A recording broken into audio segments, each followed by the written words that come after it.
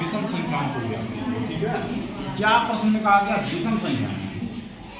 विषम संख्या पूछा है ना, अगर विषम संख्या नहीं पूछता तो हम ऐसे डायरेक्ट भी लगा सकते थे। ठीक है, लेकिन विषम क्रमागत क्रम से होनी चाहिए। विषम जैसे कि मैं कहूँ क्रमागत विषम संख्या है, एक पहली क्रमागत विषम में आएगी, उसके बाद कौन सी संख्या आती है? 3 आती है। ठीक है, हाँ 5 आता है, इस तरह से वगैरह। ठीक है, नहीं तो फिर हम 1 लिखेंगे, क्रमागत नहीं करेंगे तो हम 5 को भी लिख सकते हैं। 10 तो है 11 आ जाएगा। ठीक है, इस तरह से, लेकिन क्रमागत कह दिया तो क्रम बनाना पड़ेगा उसका। ठीक है, बस यही अंतर है। तो यहाँ पे प्रश्न में कहा है 3 क्रमागत विषम संख्याओं को ज्ञात कीजिए जिनका योगफल 147 है। तुम माना, ये भी हमें मानना पड़ेगा। माना कि विषम संख्या है। माना कि विषम संख्या है। पहली संख्या हम मान सकते हैं यक्स प्लस 1, क्योंकि जब विषम की बात करेंगे तो हमें 1 को लेना ही पड़ेगा। ठीक है, तो पहली यक्स प्लस 1 हो जाएगी। दूसरी विषम संख्या क्या हो जाएगी? यक्स प्लस 3 होगा। यस, ठीक है, अब तीसरी विषम संख्या क्या हो जाएगी? X plus 5। ये 3 विषम संख्याएं हैं। ठीक है, मान ली विषम संख्याएं x plus 1, x plus 3, x plus 5 हैं।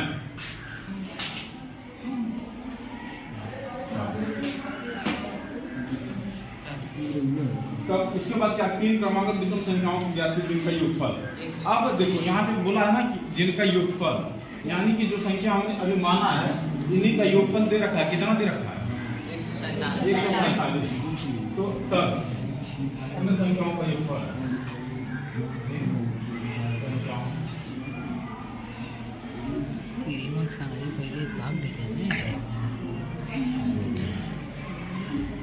ये संख्याएं जो है इन संख्याओं का योग करेंगे तो यक्स प्लस 1। ठीक है, इसको लिख देंगे, जो करना बीच में क्या आएगा? प्लस का सिंबल आएगा कि नहीं? फिर यानी कि यक्स प्लस 3 है, इसको लिख देंगे, फिर बीच में प्लस का सिंबल आएगा, यक्स प्लस। भाई दिलचस्पी सारी पब्लिक भाग गए, यही होगा। ठीक है, अब बराबर में कितना है? 147। 3 क्रमागत विषम संख्याओं को तो x plus 1 plus x plus 3 plus x plus 5 बराबर 147। अब क्या करना है? यहाँ पर देखो कोष्टक हटा देंगे डायरेक्ट, कोष्टक हटाएंगे तो यक्स प्लस 1 तो यही रहेगा, फिर यहाँ पे प्लस हो जाएगा। ठीक है, फिर यक्स हो जाएगा, फिर प्लस 3 हो जाएगा, फिर प्लस यक्स बराबर में क्या है? 147। उसका मांगे डाल दी, फिक्स डाल दी, मल्टीप्लाई करके सिंबल नहीं हो सकता। मैं सिंबल पहले लगा दिया। यस सर, इससे मल्टीप्लाई। हां, ठीक है, ठीक है। अब देखो इसमें हम पहले काउंटिंग करेंगे कितनी यक्स कितना है? 1 2 3 यक्स है, इसको लिखेंगे 3 यक्स। अब इसके ठीक बाद देखेंगे कितनी संख्याएं हैं? 1 2 3, यानी कि इन सभी को क्या करेंगे? जोड़ लेंगे। 5 3 8 9 प्लस का 9 हो गया है, बराबर में 147। ठीक है, 3x प्लस 9 इक्वल टू 147। अब 3x को इसकी साइड में रखेंगे और 147 तो लिखा हुआ है, 9 को क्या करेंगे? परिवर्तित कर देंगे, यानी पक्षांतर करेंगे इसे। यहाँ से उठा कर इस साइड में लेके आएंगे तो क्या हो जाएगा? माइनस हो जाएगा, माइनस का 9 हो जाएगा। ठीक है, तो 3x बराबर क्या मिल गया हमको? 147 में अगर 9 को घटाएंगे, 147 में से 10 को घटाएंगे तो कितना होगा? 137 होगा। फिर 1 अगर जोड़ देंगे तो कितना हो जाएगा? 138 हो जाएगा। ठीक है, 3x बराबर 138 मिल चुका है, तो x बराबर क्या होगा? 300 312 हासिल 1 बचेगा। ठीक है, अच्छा थोड़ा सा और नीचे डायरेक्ट में काट 3। ठीक है, अब देखो यानी कि x बराबर क्या हो जाएगा? 300, यहाँ पे 3 है, 3 से अगर इसमें भाग करेंगे तो क्या होगा? 312 हो जाएगा। फिर यहाँ पर 1 बच गया, आप 18 हो जाएगा। 3 से यानी कि x बराबर हमको क्या मिल चुका है 46 मिल चुका है। जब x की वैल्यू 46 मिल चुकी है तो फिर हमें क्या करना पड़ेगा, जहां जहां x रहेगा वहां वहां क्या करेंगे 46 को लिखेंगे। तो पहला प्रथम संख्या हम करते हैं, प्रथम चाकर किसी क्रमागत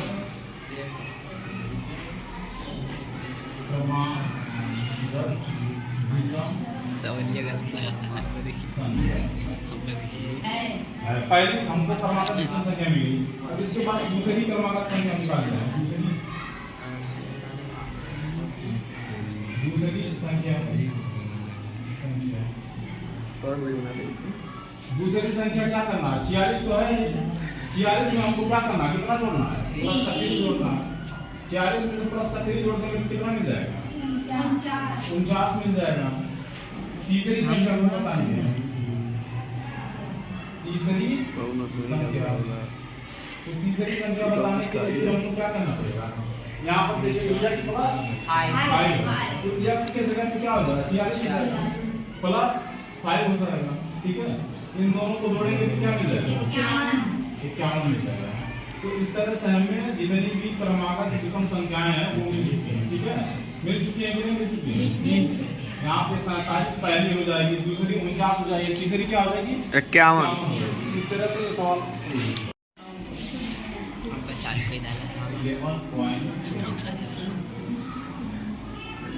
तथा उनका योगफल कितना है 45। तो दो संख्याएं क्या कीजिए जिनका अनुपात दे रखा है, संख्या जो है उसका अनुपात दे रखा है, ठीक है। तो मुझे बताना कि वो संख्याएं कौन कौन सी, यही तो बताना है। संख्याएं बतानी है लेकिन अनुपात दे रखा, अनुपात दिया इसलिए हम आसानी से बता सकते हैं।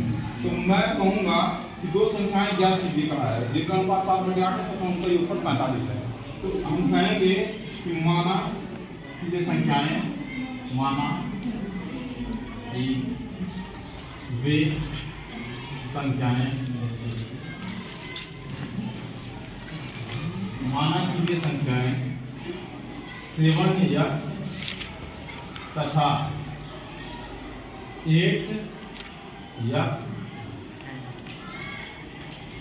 माना कि वे संख्याएं 7x तथा 8x। फिर प्रश्न में कहा गया है कि दो संख्याएं ज्ञात की जिनका अनुपात 7-8 है तथा उनका योगफल कितना है 45 है। तो मैंने माना है कि संख्याएं 7x तथा 8x है और इन दोनों का योगफल और इन दोनों संख्याओं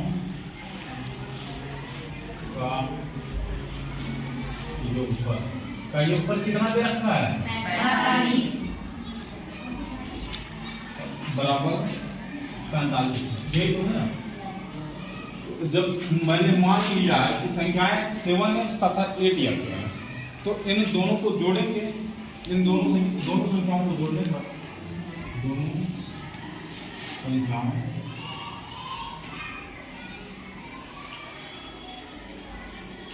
को जोड़ने पर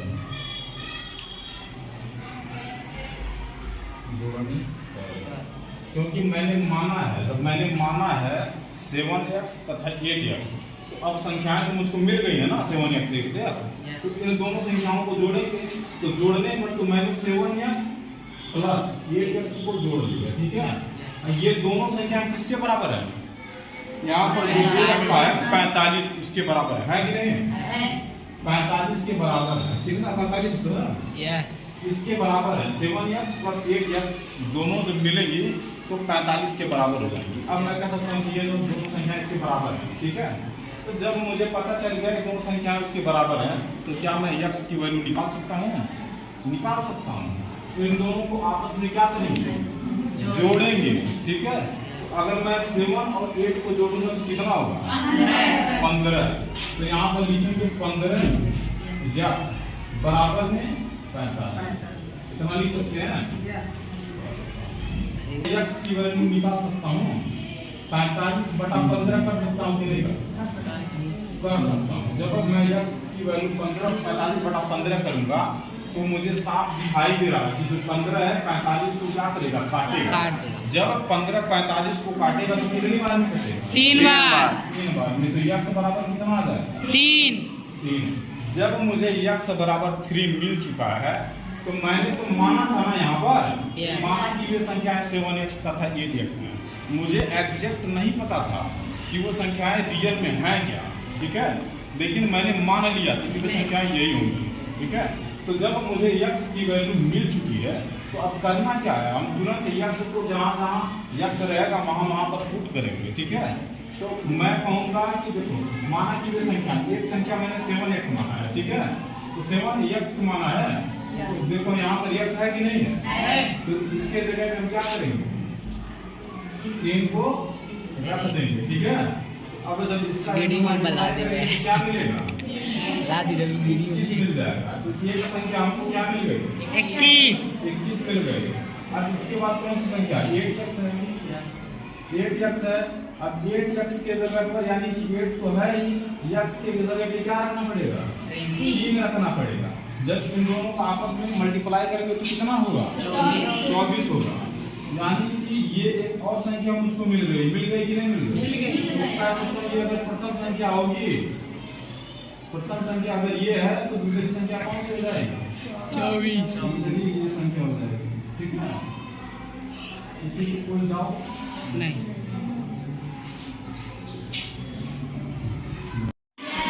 प्रश्न 2x upon 3x minus 1 is equal to -3, ठीक है।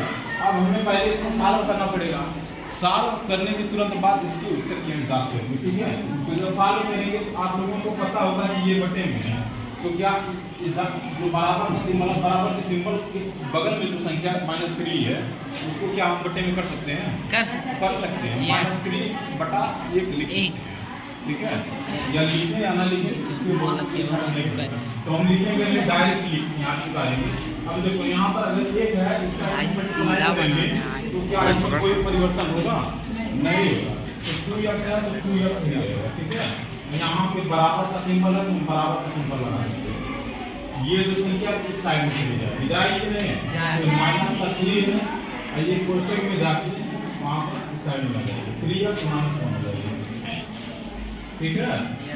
अब क्या करेंगे, यहाँ पर 2x है तो 2x है, 2x को लिखेंगे, फिर -3 जो है इसका कोष्टक के अंदर जो संख्याएं दी गई हैं उसमें क्या करेंगे, मल्टीप्लाई करेंगे। तो -3 यहाँ पे प्लस है, तो माइनस प्लस माइनस 3 का 9 फिर यहाँ पे माइनस, यहाँ पर भी माइनस है। जब मल्टीप्लाई में माइनस माइनस का सिंबल जुड़ते हैं तो क्या होता है, प्लस हो जाता है। तो यानी कि यहाँ पर क्या आ जाएगा, 3 यहाँ पर 2x है, यहाँ पर माइनस का 9x, ठीक है। अगर मैं इसे इस साइड पे लेकर के आऊंगा, जो माइनस का 9x है 2x की तरफ बाएं तरफ लेकर के आऊंगा तो माइनस है तो क्या हो जाएगा, प्लस हो जाएगा। तो 2x तो है ही पहले से, लेकिन जो संख्या इस साइड में माइनस में 9x था, क्योंकि यहाँ पर भी x है, यहाँ पर भी x है। मैं आप लोगों को बताया हूँ कि चर चर के साथ में जुड़ता, अचर अचर के साथ में जुड़ता है, ठीक है। तो इसलिए जो x है, x के साथ में क्या होगा, जुड़ेगा। तो जब ये माइनस का इस साइड में आएगा तो क्या हो जाएगा, प्लस 9x हो जाएगा। बराबर में क्या बच गया, 3 बच गया। अब यहाँ पे देखने वाली बात ये है कि 2x 9x दोनों को जब जोड़ेंगे तो कितना होगा, 11x बराबर में 3। तो x की वैल्यू क्या आ गई है, 3/11। हमें x की वैल्यू मिल चुकी है, नहीं होगा, ये माइनस में सिंबल है, ठीक है। और नीचे 3x -1 था, जब मैं इसको यहाँ पर लिख आया हूँ तो ठीक उसी प्रकार से है, इसमें कोई बदलाव नहीं हुआ है। जब मैं यहाँ पे माइनस, यहाँ पर प्लस, ये मल्टीप्लाई यहाँ बीच में है ना, ये संख्या इसमें मल्टीप्लाई होगी, तो यहाँ पर अगर देखा जाए तो प्लस सिंबल छिपा हुआ है। तो जब मैं माइनस का प्लस में मल्टीप्लाई करूंगा तो क्या हो जाएगा, माइनस, तो मुझको माइनस मिल गया। फिर यहाँ पर भी माइनस, यहाँ पर भी माइनस, जब दोनों माइनस का आपस में जुड़ा होगा तो क्या हो जाएगा, प्लस, सिंपल प्लस हो जाएगा। तो सिंपल यहाँ पर क्या मिल गया, प्लस का मिल गया। अब देखो 2x तो यहाँ पर था माइनस का 9 है, 2x को मैंने लिखा, जब इसको हम कन्वर्ट करेंगे, बदलेंगे, पक्षांतर करेंगे, दूसरी तरफ लाएंगे तो माइनस है तो क्या हो जाएगा, प्लस। तो यानी कि जब यहाँ से इस साइड में आया तो प्लस हो गया, ठीक है। बराबर का सिंबल यहाँ पर देखो लिखा था तो बराबर है। अब इस साइड में क्या बच गया था? 3 बचा था, तो मैंने 3 को जहाँ से था वहीं पे लिख दिया, ठीक है। अब देखो यहाँ पर तुम दोनों को जब मैंने जोड़ा तो 9 तो 11 x बराबर का 3 था, ठीक है। अब हमें पहले x जो है x की वैल्यू निकालनी है, तो मैंने x को यहीं पर रोक दिया और जो 11 था उसको नीचे हर में लिख दिया, ठीक है। तो मिल गया मुझे x की वैल्यू 3/11 या 3/11 कह सकते हैं। जब हमको x की वैल्यू मिल चुकी है 3/11, तो हमको उत्तर की जांच करनी है। तो जांच करने के लिए क्या करना पड़ेगा? देखो प्रश्न में लिखा हुआ 2x बटा में 3x माइनस का 1 बराबर में क्या है? माइनस का 3 है। अगर मैं ध्यान से इसे देखूं तो ये लेफ्ट हैंड साइड है, क्या है? लेफ्ट हैंड साइड है। ये क्या है?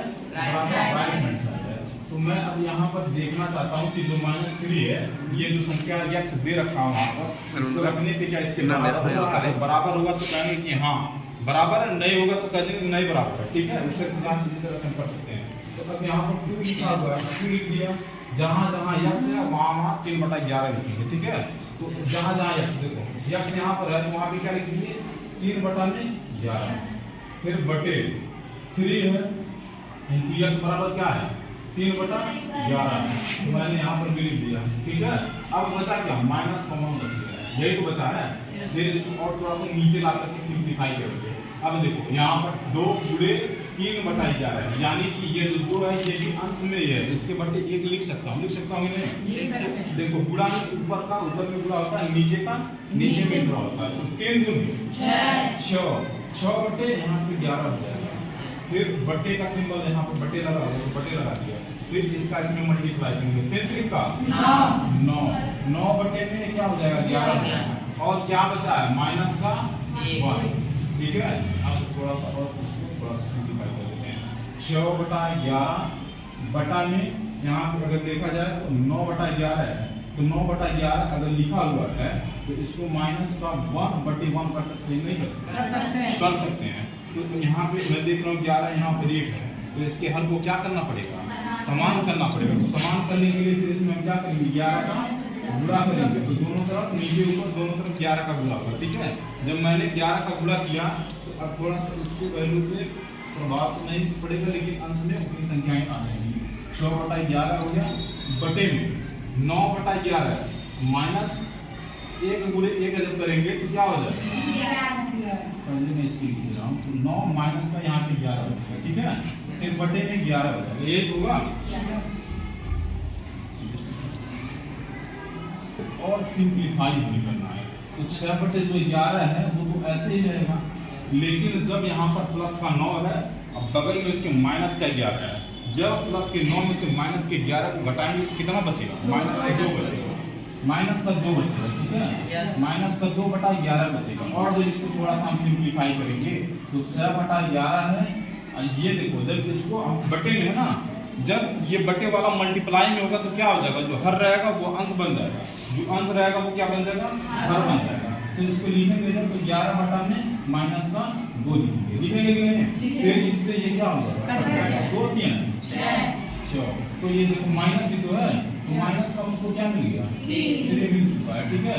तो क्या हो गया? लेफ्ट हैंड साइड जिसका वो साइड बराबर क्या हो गया? Right hand side. इससे ये पता चल गया उत्तर का जांच दोनों ही बराबर है, ठीक है।